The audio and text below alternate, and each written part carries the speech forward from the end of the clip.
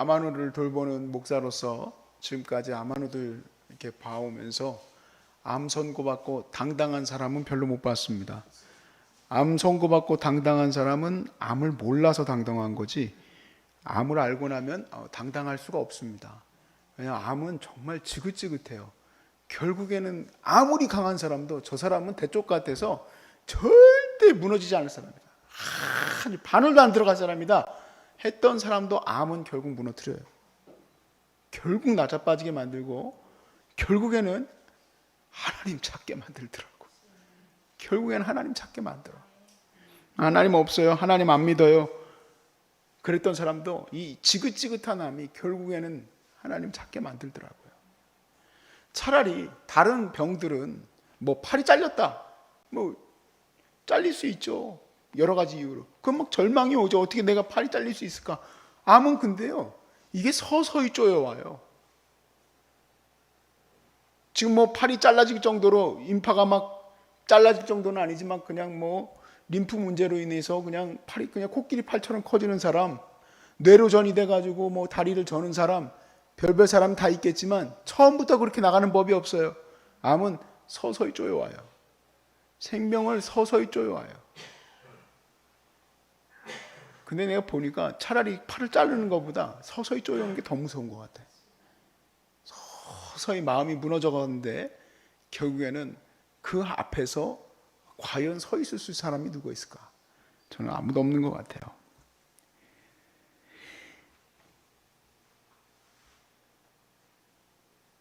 우리가 이 어려운 문제들, 이 어려운 또 질병들, 이 모든 어려움 속에서 당장에 하나님 찾는 사람들도 많이 있지만 또 그러지 못할 때가 많이 있죠. 처음부터 하나님 찾으면 얼마나 좋겠습니까? 근데 그러지 못하고 한참 방어 기제가 하나님에 대해서 멀리 느끼게 했던 사람들이 있어요. 그러다가 결국은 지쳐서 하나님께 나오게 되죠. 시편 41편 3절에 이렇게 돼 있어요. 여호와께서 그를 병상에서 붙드시고 그가 누워 있을 때마다 그의 병을 고쳐주시나이다. 결국은 사실 우리 이 암뿐만 아니라 질병을 고치는 것은 신밖에 없어요. 하나님밖에 없어요. 우리가 의학적으로 화학적인 도움을 받아서 또는 어떤 뭐 실질적으로 뭐 철 갖다가 붙이기도 하잖아요. 뭐 스텐트 받기도 하고. 그래서 그런 도움을 받는 것은 완화 효과를 주는 거지, 도움을 주는 거지, 실제로 내 세포가 정상으로 돌아오게 돼서 정상 궤도로 돌아오게 되는 건 전적으로 저분 편이에요. 이거 누가 할 수가 없어요. 이 전적으로 저분이 해야 돼. 어떤 데이터베이스 같이 내가 약을 10번 먹고 나면 낫는다? 그런 거 없어요. 여러분, 그런 착각하지 마세요. 항암이 이번에 6번째입니다. 이제 다 낫겠죠. 6번 여러분들이 어떤 로봇처럼, 로봇을 하면 차라리 될 수도 있어요. 로봇은 데이터가 정확하니까. 근데 인간은 그렇지가 않아요. 병과 싸울 마음이 없는 사람은 이미 벌써부터 디클라인이에요. 여러 가지 환경 요인과 여러 가지 요인들이 너무너무 복잡한 게 인간이에요. 그런데 그 모든 것들 가운데에서 가장 중요한 것은 하나님이에요. 하나님. 결국에는 당신이, 하나님 당신이 나를 고쳐주셔야 돼. 하나님께서만이 그 능력이 있음을 우리가 결국에는 고백하게 되는 거죠. 여러분, 병이요, 저는 처음 제가 어려움을 당하거나 그랬을 때는 하나님이 그렇게 원망스러웠었어요. 근데 여러분들과 함께 하면서 더 많이 깨닫게 된 것은 이 질병은 원래 우리에게 찾아올 수밖에 없다라는 거예요. 병은 어쩔 수 없이 옵니다. 우리에게 병도 오고 문제도 닥치고 어려움도 닥쳐요. 제 뜻과 상관없이 온다니까요. 그게 죄송한 얘기지만 어찌 보면 평범한 일이에요. 특이한 일이 아니고 병이 찾아오는 게 당연한 일이에요.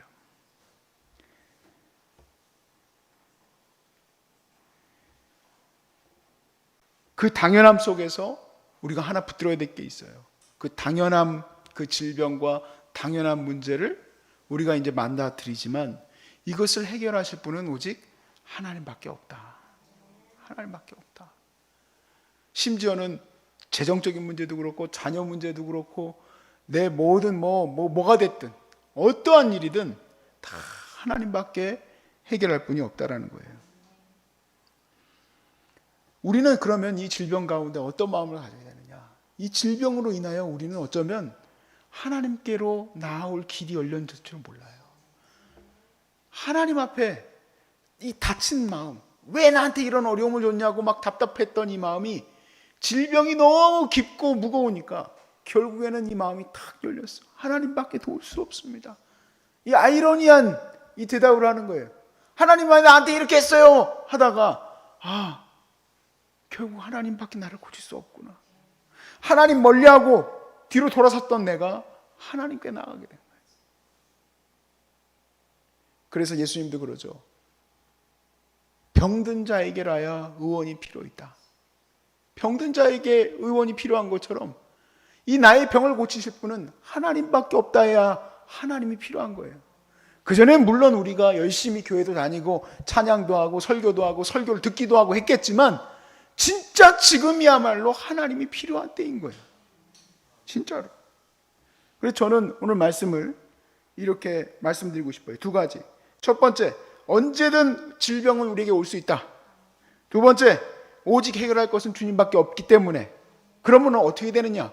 어차피 우리에게 온 이 모든 문제들 속에서 우리는 하나님께로 나아가자. 하나님께로 나아가자. 오늘 함께 본 말씀 욥기서 42장 5절 말씀에 욥이 이 모든 고난 속에서 그가 고백한 게 뭡니까? 하나님에 대하여 이제 내가 눈으로 봅니다. 그전에는 귀로만 들었다. 뭔가 내가 한 차원 넘어서서 주님을 대했었지만 이제야 주님을 가까이 대하게 되었다 이 얘기예요. 그러니까 우리가 이 질병 때문에 오히려 우리는 하나님의 초대를 받은 거예요. 아니, 하나님은 먼저 초대하고 있었지만 내가 하나님을 멀리하고 있었던 거지. 그분께 나와서 우리는 오늘 찬양했던 것처럼 주님 고쳐주십시오. 주님, 나는 주님이 필요합니다. 그전에 그런 흉내를 냈는지 모르겠지만 이제는 진짜로 하나님이 필요한 거예요. 진짜로. 진짜로 나에게 하나님께서 손을 대주시길 바라는 거지. 내가 어려움을 당하지 않았다면 과연 하나님을 찾았을까? 내가 우리 황희를 낳기까지 7년이 걸렸는데 그 7년 동안 하나님 앞에 기도하지 않는 날이 없었어요. 하나님 정말 주십시오. 그랬다가 또 한 마음에서는 그래 안 주려면 마십시오. 그래서 주신다는 겁니까? 안 주신다는 겁니까? 그랬다가 나중에는 더 기도하게 돼. 근데 너무 죄송스럽게도요. 주님 앞에 너무 죄송스러워. 그런 문제가 없으면 나는 없으면은 오히려 더 기도 잘하기를 바라는데 안 해. 어째 그렇게 뺀질거리고 안 할까 목사가. 문제가 없으면 안 해. 문제가 막 터져야 돼. 막 여기서 막 아프고 가슴이 아프고 내가 죽겠네. 그냥 그래야지 주님 앞에 나와가지고 주님 그래서 해결해 주실 겁니까? 안 해결해 주실 겁니까? 하나님 앞에 그렇게 기도하게 되더라고. 근데 그럴 때 하나님 해결해 주십시오. 그래서 해결해 주신다 그런 게 아니라 이상하게 다른 방식으로 하나님과의 교제가 열려. 하나님을 향한 그 마음이 막 커지기 시작해. 그 기도 속에서. 하나님이 나를 향한 마음들이 막 그냥 막 밀려와. 그 결국에는 암에 대한 기도보다도 뭐 다른 기도하고 있어. 막 세계를 주님 앞에 드리기를 원합니다. 이상해. 갑자기 기도가 이상해졌어. 근데 그게 뭡니까? 하나님과의 깊은 교제로 들어가게 됐으니 얼마나 감사한지 몰라요. 전 여기에서 두 가지 전제를 가진다고 그랬어요. 첫 번째는 누구나 다 암이나 병에 들 수밖에 없다. 그게 우리 인간이에요. 그게 인간이에요.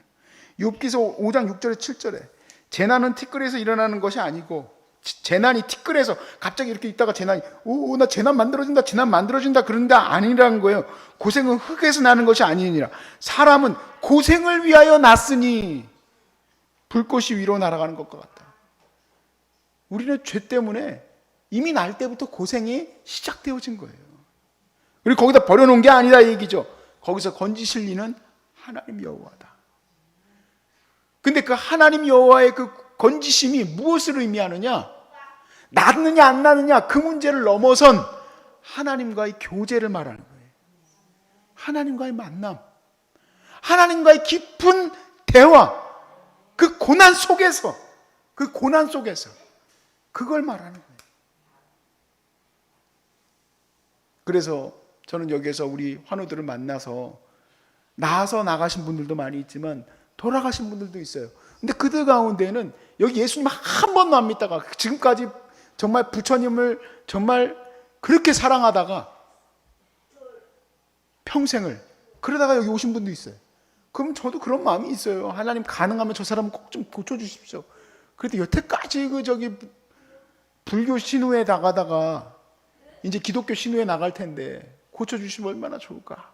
근데 안 고쳐주시고 그냥 데려가신 분들도 있어요.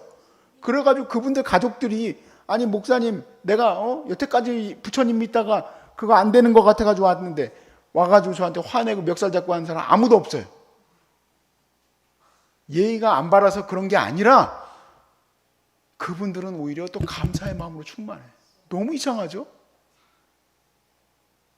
낫지 않았는데 그분들의 저기 이제 붙이잖아요. 장례식장에. 거기에 성도 누구누구라고 써 있어. 또 가르쳐 드려야 돼. 어떨 때는 막 향 피워놓고 그래가지고 기독교장으로 이왕에 하시려고 했으니 이 향은 피우지 마십시오. 그러냐고. 저한테 와가지고 근데 목사님 왜 기도하면 난다면서 왜 안 났어요? 그런 사람 감사해야 하고 어디 교회 나가기 시작했습니다. 우리 나중에 천국에서 만나길 바랍니다. 그렇게 돼. 결국에 낫고 안 낫고는 저분 손에 달려 있어. 그런데 그 이끌어 가심은 베스트 웨이, 하나님의 최선의 방식으로 하나님은 갖고 가시는 거다. 그럼 그 과정 속에서 이 고난의 이 세상 속에서 하나님이 나에게 원하시는 건 뭐냐? 지금 기도함으로써 하나님과 교제하는 거구나. 깊은 교제. 누구보다 여러분 하나님을 찾고 있는 여러분의 모습을 보세요. 어떻게 여러분은 그렇게 하나님을 깊이 만나고 싶어 하십니까? 이렇게 아픈데. 물론 때로는 기도가 안 돼서 기도 못하겠다 생각도 들겠지만 저는 그렇게 생각하지 않아요. 눈으로 보이는 여기서 뭐 앉아가지고 기도하고 있냐 아니냐 그거 말하는 게 아니라 저도 힘들 때는요. 제 삶이 힘들 때는 딱 기도에 앉아가지고 주여 지금부터 내가 고난 때문에 기도 시작합니다. 기도하는 적 없어요. 걸어가면서 누워 있으면서 버스 타고 가면서 운전하고 가면서 막 하나님께 부르짖기도 하고 울기도 하고 가슴을 치면서 차를 갓길에다 대놓고 소리치기도 하고. 그러니까 어떻게 보면 모든 시간들 속에서 하나님을 구하고 있는 거지. 그렇기 때문에 그분들의 고백 속에 그분이 지금 낫든 안 낫든 간에 그분들은 다 그렇게 고백해요. 감사합니다. 하나님께 감사합니다. 그래서 여러분 여기에 오신 이 자리는 낮아진 자리다 보시면 돼요. 여러분 인생에서 가장 낮아진 자리예요. 제가 봐도 여러분 한 콧대 하셨을 것 같아 다들. 내가 가서 말 걸면 화낼 것 같아. 이렇게 콧대가 아주 그냥 이렇게까지 올라왔던 분들도 있어. 그런데 여러분 지금 여러분 모습을 보세요. 얼마나 겸손하게 낮아졌습니까? 여러분 지금 이 낮아진 시간에 예수님 만나시길 바랍니다. 예수님 깊이 만나시고 예수님 깊이 찾으시고 그 주님이 여러분을 주님의 뜻대로 고쳐주실 수 있기를 주의 이름으로 축복합니다.